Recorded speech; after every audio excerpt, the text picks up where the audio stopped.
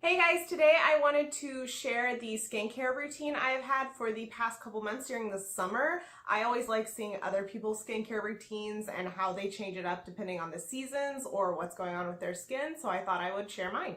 So for morning skincare, I typically do not cleanse my face in the morning. I just rinse it in the shower. I'm a morning showerer, so I don't use any type of soap or anything in the morning, but I will moisturize. So for daytime, my moisturization has been the E.L.F. Daily Hydration Moisturizer with the SPF 15.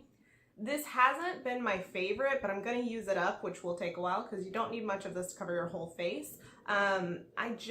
It makes my skin feel a little more greasy than I am comfortable with being an oily skin person. It feels like straight up sunscreen on my face. It doesn't feel like a moisturizer with sunscreen in it. It just feels like sunscreen. So once I'm done with this one, I probably won't be repurchasing, but it's been working just fine for summer besides the extra greasy aspect. After my moisturizer, I will follow up with the E.L.F. Illuminating Eye Cream. You can tell this is well loved. I'm like rubbing off the label on this.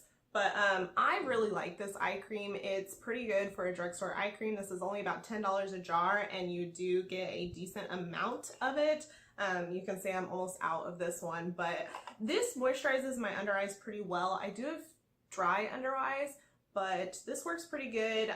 I do want to try other ones after I finish up this jar, so if you have any good eye cream recommendations, especially drugstore, please let me know. Typically, after I get home from work, Monday through Friday, I work a typical 9-to-5 job. If I don't have anywhere else to go that evening, I will go ahead and take off my makeup, and I am partial to cleansing oils. I really just prefer this over makeup wipes or anything like that. I will use a makeup wipe if I'm feeling extra lazy and don't want to rinse my face in a sink, but I've been using this No. 7 Beautiful Skin Cleansing Oil. I have yet to find the perfect cleansing oil. This one works great. It removes your makeup really well, especially waterproof makeup. I do find that it leaves a little bit of a film on your face though, so I really have to rinse really good after this or make sure that I wipe with a towel to get rid of that extra film. But if you have any cleansing oils that you particularly love, again, let me know because I am on the hunt for a really good one, especially if it's got a nice price tag to go with it. When it comes to cleansers, I am not too picky, so the one I've been using lately is this Neutrogena Ultra Gentle Hydrating Cleanser, and it's the creamy formula, which is fragrance free. This is a really nice size bottle. It is 12 fluid ounces. I don't think it was very expensive, and it's going to last me a good while because one pump does it, and I only use this once a day in the evening before I go to bed. But I've been really liking this. It works just fine. About 3 times a week, I will do a face mask. If you watched my previous beauty-related video, you'll know that my skin is really acne-prone and tends to get congested very easily. So my favorite mask for dealing with that is this Aztec Secret Indian Healing Clay. I get this off Amazon. It's like $8 a tub, and it lasts you forever.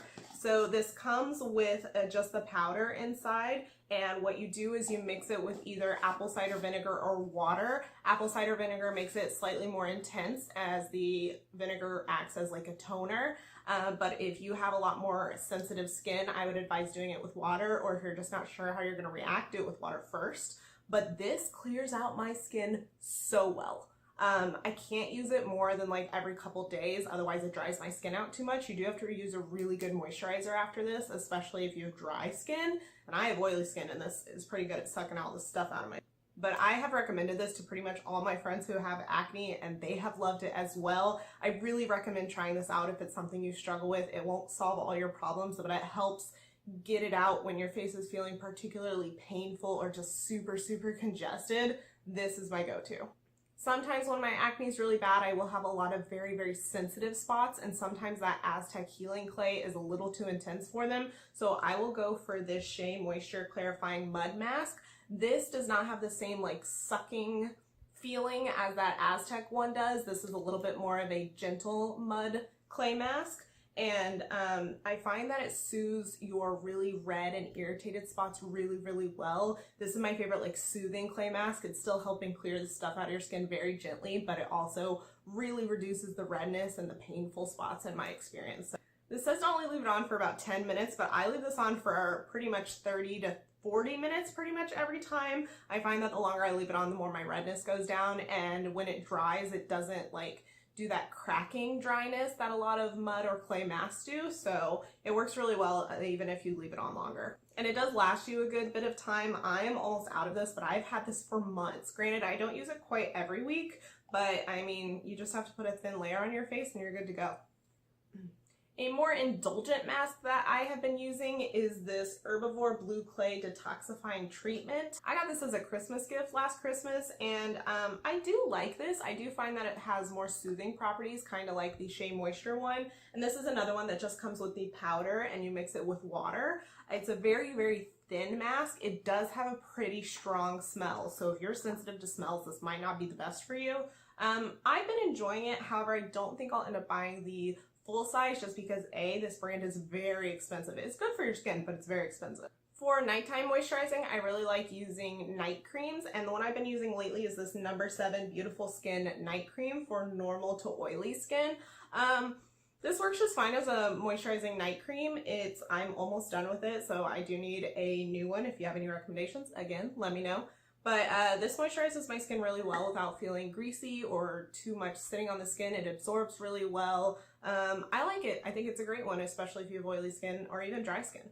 And again, at night, I will go back in with my E.L.F. Illuminating Eye Cream. I like to use the same morning eye cream and night eye cream. If I find a different eye cream that works a little bit better for day or night, I might change that up and do one in the morning and one in the evening. However, for now, I just use this E.L.F. one twice a day. It works great. In the evenings, if I do have an active acne spot, I will use this acne spot treatment by Clean and Clear. It's this Advantage acne spot treatment with salicylic acid, and I like this really well. It helps tone down some acne. It's not a miracle worker, but it does help out when you have some painful spots. So that is all the skincare I have been using during the summer. If you are also an oily skinned gal or guy and you have some skincare recommendations for me, please leave me some comments down below. I'm always looking to get something new. If you like this video, please give it a thumbs up down below. And if you want to see more of my videos, I do have beauty and book related videos. If you like either of those subjects, please subscribe to see more. I would love to have you join my little Bookish beauty family, and I will see you in my next video. Bye.